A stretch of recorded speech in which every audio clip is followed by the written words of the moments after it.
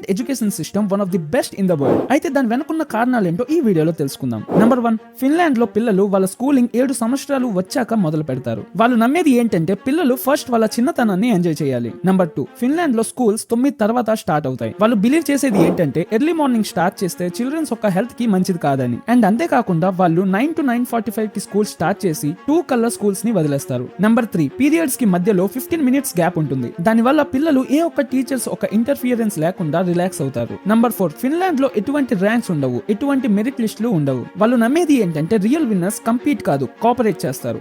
Number 5, అక్కడ 10th class exam తప్ప ఇంకా ఏ ఎగ్జామ్ అవ్వదు. వాళ్ళకి వాళ్ళ ఇండివిజువల్ ఇంట్రెస్ట్ బట్టి గ్రేడ్స్ ఇస్తారు. వాళ్ళు చెప్పేది ఏంటంటే పిల్లలందరూ ఒకలాగే ఉండరు, ఒక్కొక్కరు ఒక్కొక్కలా నేర్చుకుంటారు. అకార్డింగ్ టు OECD, ఫిన్లాండ్ లో ఉన్న పిల్లలకి ప్రపంచంతో పోలిస్తే చాలా తక్కువ హోంవర్క్ ఇస్తారు. వాళ్ళ ఉద్దేశంలో ఎడ్యుకేషన్ అంటే బట్టి పట్టడం కాదు, స్కిల్స్ నేర్చుకోవడం. ఈ విషయంలో మీరేమనుకుంటున్నారో కామెంట్స్ లో చెప్పండి. ఇలాంటి వీడియోస్ కోసం ఫాలో అవ్వండి.